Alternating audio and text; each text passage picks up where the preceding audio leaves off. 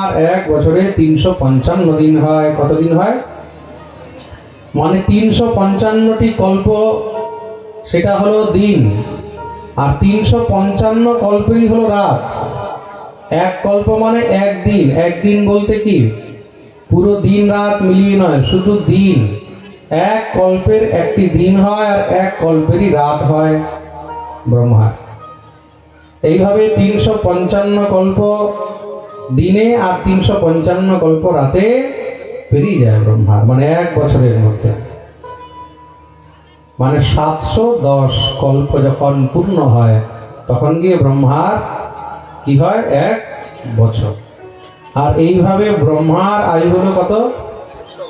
কত বললাম? 100 বছর।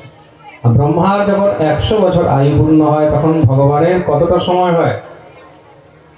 বলে কালোয়ম বিপরার্ধাখ্য নিমেষম ইতি উচ্যতে। যখন ব্রহ্মার আয়ু পূর্ণ হয় তখন গিয়ে ভগবানের একটি নিমেষ হয়। নিমেষ মানে এই যে আমাদের চোখের পাতাটা পড়লো, তার মানে ভগবানের যতক্ষণে একবার চোখের পাতা পড়ে ততক্ষণে এক ব্রহ্মা এসে চলে যায়। প্রেম সে বলো। তাহলে বিচার করে দেখুন সেই ভগবান কত বিরাট। তেনে ব্রহ্ম হৃদয়াদি কবে ময়্যন্তি যৎসূরয়। এমনি বলা হয়েছে যে ব্রহ্মাও আজ পর্যন্ত তাকে বুঝতে পারেননি। এত বিরাট সে ভগবান। আর সেই ভগবানের সঙ্গে আমরা নিজের তুলনা করতে লেগে যাই, ভগবান এটা করেছে আমরা কেন পারবো না? তখন ভগবান হাসে। ভগবানের সামনে এই যে ব্রহ্মাণ্ড, এই ব্রহ্মাণ্ডটা একটা শস্য দানার মতো। আর সেই ব্রহ্মাণ্ডের মধ্যে পৃথিবী। আরে অন্যের কথা ছাড়ো, আপনারা নিজেই দেখুন না। আপনারা যখন পৃথিবী থেকে একটি তারাকে দেখছেন, তারাটা কতটুকু দেখা যায়? এতটুকুখানি দেখা যায় তো। এই পৃথিবী থেকে যখন আমরা একটা তারা দেখছি, তারাটা দেখতে এতটুকুখানি দেখা যায়। আর যখন আমরা সেই তারার কাছে যাব, সেটিও কিন্তু একটি গ্রহ। দেখা গেল সেটা পৃথিবী থেকে 100 গুণ বড়, কিন্তু আমরা এখান থেকে দেখছি কতটুকু? এতটুকু। আপনারা যখন গ্যালাক্সির মধ্যে পৃথিবীটাকে দেখবেন না, ইন্টারন্যাশনাল যে স্পেস স্টেশন আছে ওখান থেকে যখন ফটোগ্রাফগুলো রিলিজ হয়, আপনারা দেখবেন অন্তরিক্ষ থেকে যখন পৃথিবীকে দেখে তখন পৃথিবীটা বিন্দু মাত্র দেখা যায়। কতটুকু দেখা যায়? জোরে বলো। বিন্দু মাত্র। বিচার করে দেখুন। আর এই গ্যালাক্সির মধ্যে, ব্রহ্মাণ্ডের মধ্যে পৃথিবী থেকে কত বড় বড় গ্রহ রয়েছে। এই হলো এই সৃষ্টির স্থিতি। শ্রী সুখদেব প্রভু বললেন, রাজন, বর্তমানে যে কল্প চলছে সেই কল্পের নাম কি জানো? সেই কল্পের নাম হলো শ্বেত বারাহ কল্প। কোন কল্প? শ্বেত বারাহ কল্প। এখন পর্যন্ত দুটি কল্প পেরিয়েছে, ব্রাহ্ম পদ্ম। ব্রাহ্ম কল্প আর পদ্ম কল্প।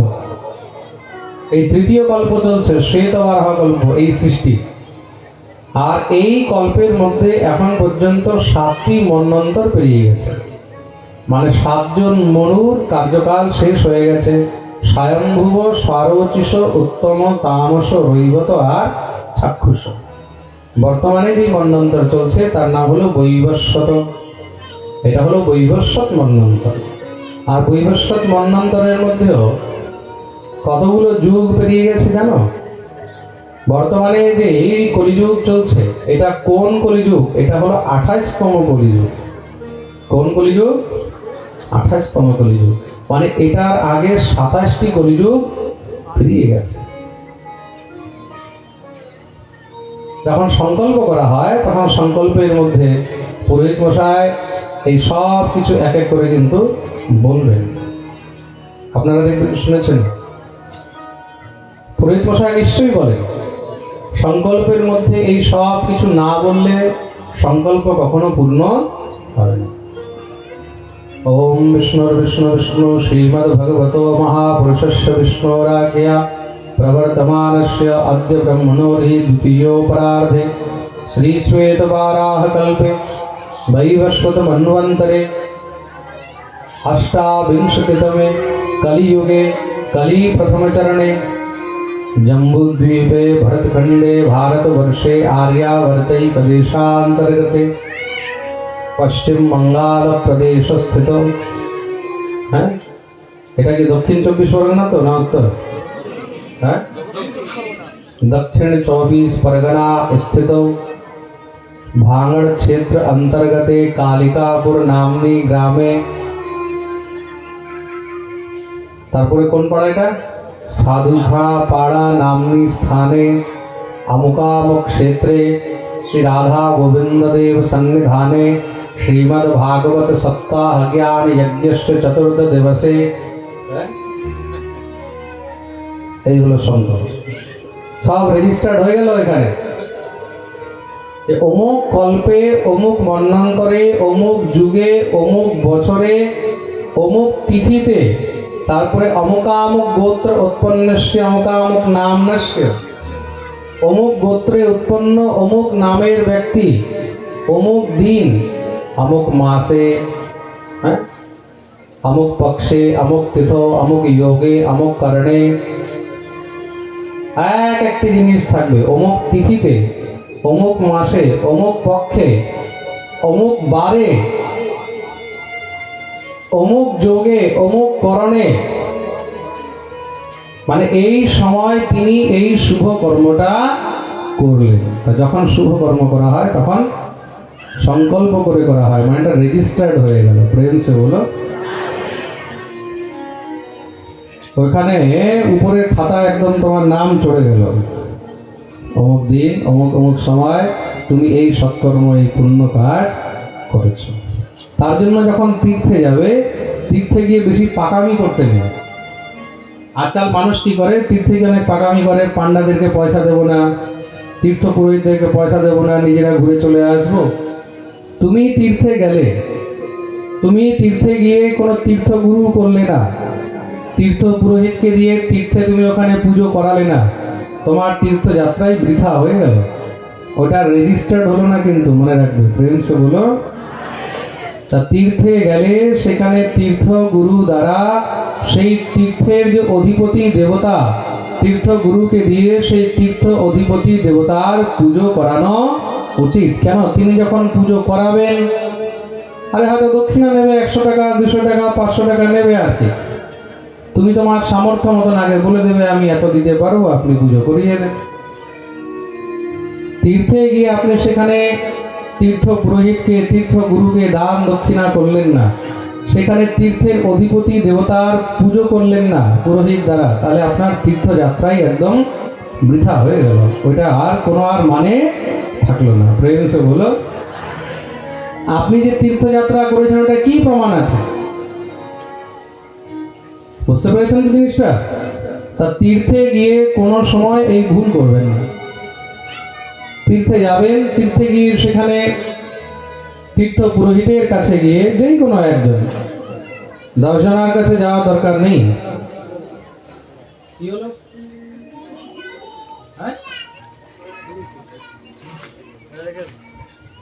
10 জনের কাছে যাওয়ার প্রয়োজন নেই, শুধু এক পুরোহিতকে ধরলেন, আমি যে এই তীর্থে এসেছি আপনি তীর্থ অধিপতির পুজো করিয়ে দেন। বৃন্দাবনে গেছি, বৃন্দাবনে গিয়ে যমুনার তটে সেখানে ব্রাহ্মণকে দিয়ে পুজো করালেন, বা কোনো মন্দিরে গিয়ে সেখানে পুজো করালেন। হীরাজ গোবর্ধনে গেলেন, রাধা কুণ্ডে গেলেন, সেখানে ব্রাহ্মণকে দিয়ে একটু পুজো দিয়ে দিলেন। কাশীতে গেলেন, কাশীতে গিয়ে সেখানে ব্রাহ্মণকে দিয়ে একটু পুজো দিয়ে দিলেন। হরিদ্বার গেলেন, সেখানে ব্রাহ্মণকে দিয়ে একটু পুজো দিয়ে দিলেন। এটা হলো নিয়ম। সংকল্পের অনেক মহিমা আছে, অনেক মাহাত্ম্য আছে। প্রেম সে বলো। আপনি তীর্থে গিয়ে যদি সেখানে সংকল্প না করলেন, তীর্থ পুরোহিতকে দিয়ে পুজো ইত্যাদি না করালেন, তাহলে ওইটা আপনার তীর্থযাত্রা হলো না, ওইটা শুধুমাত্র আপনার ভ্রমণ হলো। কি হলো? যদি বলো, ভ্রমণ, ট্যুর। আজকাল তো মানুষ ট্যুর করে। কি করে? ট্যুর। ট্যুর শব্দের অর্থ কি? তীর্থ। ট্যুর মানে কি তীর্থ হয়? ট্যুর মানে কি? ঘোরাঘুরি। তা আপনি ঘোরাঘুরি করতে গেছেন, আপনি ঘোরাঘুরি করতে গেছেন, এত টাকা খরচ করে আপনি তীর্থে গেলেন, আর তীর্থে গিয়ে তীর্থযাত্রার ফল পেলেন না, কি হলো? ঘোরাঘুরি করে আসলেন। এই জিনিসটা আজকে ভালো করে জেনে নেন। তীর্থে গেলে ঘোরাঘুরি নয়, সম্পূর্ণ তীর্থযাত্রা করে আসা উচিত। বলি ভক্তবৎসল ভগবান। তা প্রত্যেক মন্বন্তরে ভগবান আলাদা আলাদা রূপ ধারণ করেন, আলাদা আলাদা অবতার গ্রহণ করেন। তো ভগবান একসময় তামস মন্বন্তরে শ্রী হরি রূপ ধারণ করেছিলেন, হরি অবতার। কেন? বলে গজরাজের উদ্ধার করেছেন, হাতির উদ্ধার করেছেন, গ্রাহের উদ্ধার করেছেন, কুমিরের উদ্ধার করেছেন। পরীক্ষিত প্রশ্ন করলেন, বলে প্রভু ভগবান কি পশু পক্ষী জীব তাদের উদ্ধার করেন? শ্রী সুখদেব প্রভু বলছেন, নিশ্চয়ই করেন। যে ভগবানের শরণাগতি নিয়েছে ভগবান সেই সবার উদ্ধার করেন। তা প্রভু এই দিব্য কথা আমি শ্রবণ করতে চাই। শ্রী সুখদেব প্রভু বললেন, খুব মন দিয়ে শুনুন। आसीद् गिरिवरो राजन् त्रिकूटैति विश्रुतः क्षीरोदेनावृतो श्रीमान् योजनायुतमत्सृतः। এক সময় ত্রিকূট পর্বতের উপর এক বলবান গজরাজ ছিল, আর সেই হাতির শরীরের মধ্যে হাজার হাজার হাতির বল, শত শত তার স্ত্রী, শত শত পুত্র। তা যেমন তার শরীরে বল, তেমন তার কাছে পরিবারের বল, আর তার কারণে তার অভিমানও অনেক বেড়ে গেছে। যেই কোনো জিনিস যখন মানুষের কাছে প্রয়োজনের বেশি চলে আসে তখন কি হয়? তখন অভিমানও অনেক বেড়ে যায়। আর অভিমান যেই কোনো সময় যেই কোনো জিনিসের হতে পারে, কিন্তু বেশি টাকা হলে তখন অর্থের অভিমান, বেশি জ্ঞান হলে জ্ঞানের অভিমান, বেশি বল হলে বলের অভিমান, বেশি বড় পদ হলে তখন পদের অভিমান, প্রতিষ্ঠা হলে প্রতিষ্ঠার অভিমান, কেউ আবার দেখতে বেশি সুন্দর হলে তখন রূপের অভিমান। দেখেছিস তুই নিজেকে? আমাদের প্রেম সে বলো। আরে এই অভিমানের চক্করে তো ঘরে ঘরে অনেক ছেলেগুলো, অনেক মেয়েগুলো বুড়ো হয়ে যাচ্ছে, বুড়ি হয়ে যাচ্ছে, বিয়েই হচ্ছে না।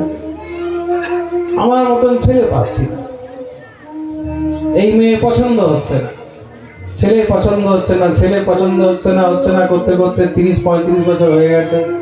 এখন বলে যেমন পাই তেমনই বিয়ে হয়ে যায়। প্রেম সে বল। মেয়ে পছন্দ হচ্ছে না, মেয়ে পছন্দ হচ্ছে না করতে করতে শুকিয়ে কাঠ হয়ে যাচ্ছে, শরীরে দুর্গতি হয়ে যাচ্ছে, যৌবন শেষ, শরীরও শেষ হয়ে যাচ্ছে। এবার বলে এবার খোড়া কানা যা পাওয়া একটা হোক। প্রেম সে বলো। এইটা হলো বর্তমান পরিস্থিতি। অভিমান কমছে না। ভগবান কিন্তু অভিমানের অনেক বড় শত্রু। তার জন্য জীবনে কোনো জিনিসের অভিমান কখনো রাখবে না। কিচ্ছু থাকে না সংসারে, না অর্থ থাকবে, না পদ থাকবে, না প্রতিষ্ঠা থাকবে, না যশ থাকবে, না বৈভব থাকবে, না রূপ থাকবে। বন্ধুর সঙ্গে কিন্তু এই সংসারের মধ্যে কোনো জিনিস পার্মানেন্ট নেই। কিছু পার্মানেন্ট আছে? কিছু পার্মানেন্ট, সব কিছু নশ্বর। কিচ্ছু থাকবে না, সব চলে যাবে। শুধু একটি জিনিস থাকবে, কি জানো? তোমার গুণ। কি থাকবে? যেটা বলো, তোমার মধ্যে যে গুণ আছে সেই গুণটা কিন্তু তোমার কাছ থেকে কেউ নিতে পারে। তা জীবনে জ্ঞানী হও চাহে না হও, কিন্তু গুণী হওয়ার চেষ্টা করো। জ্ঞানী হওয়া সহজ, কিন্তু গুণী হওয়া সহজ না। প্রেম সে বলো। জীবনে চেষ্টা করবে যেন গুণী হতে পারি, যেন গুণ হয়। তা অভিমান এত, সেই গজরাজ যে পথ দিয়ে যায় সেই পথে যাকে দেখে মহারাজ ছুঁড়ে ফেলে দেয়, গাছ বড় বড় বৃক্ষ সব তুলে তুলে ফেলে দিচ্ছে। বড় বড় মহারাজ পাহাড়গুলোকে একদম গা দিয়ে ঘষে একদম মহারাজ চুরমার করে দিচ্ছে। ঘুরতে ঘুরতে খুব জল পিপাসা লেগেছে, সামনে একটা বিশাল বড় সরোবর দেখলো, সরোবরের মধ্যে গিয়ে জলপান শুরু করেছে। জলপান করতে করতে এখন এত বিশাল হাতির দল জলের মধ্যে সব লাফালাফি শুরু করে দিয়েছে। হাতি জল দেখলে আর থাকতে পারে না। সেই জলের মধ্যে এক জলচর খুব বলবান গ্রাহ ছিল, গ্রাহ মানে কুমির। সে ক্রুদ্ধ হয়ে গিয়ে সোজা সেই গজরাজের পা ধরে টানতে লেগেছে। কেন বলে, রাজাকে যদি আমি ডুবিয়ে দিই বাকি সব পালাবে। গজরাজ মহাবলবান, সেও তাকে এবার বাইরের দিকে টানছে। দুজনার মধ্যে যুদ্ধ আরম্ভ হয়ে গেল।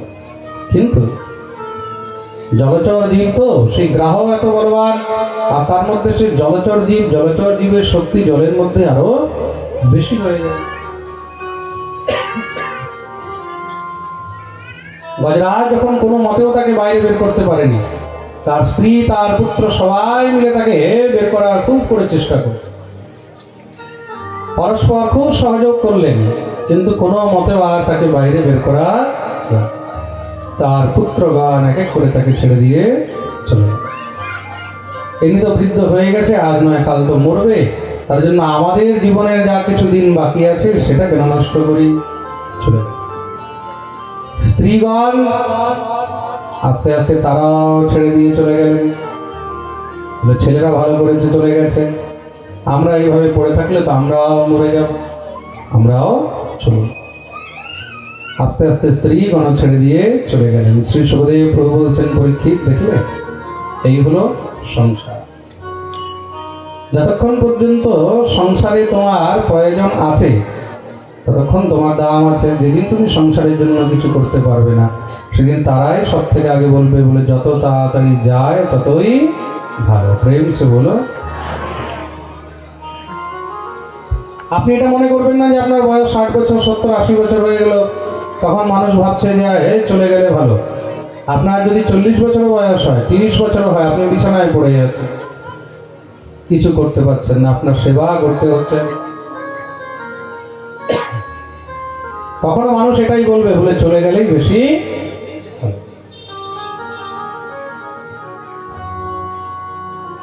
এই সংসারে কেউ কারোর নয়,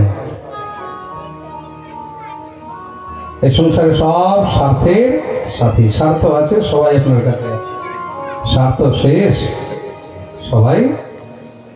প্রেম সে বলো। সব এক এক করে ছেড়ে দিয়ে চলে গেলেন। গজরাজ যুদ্ধ করছে, এখনো মনে আশা আছে আমার স্ত্রী আসবে, আমার পুত্ররা আসবে, তারা আমাকে বাঁচাবে।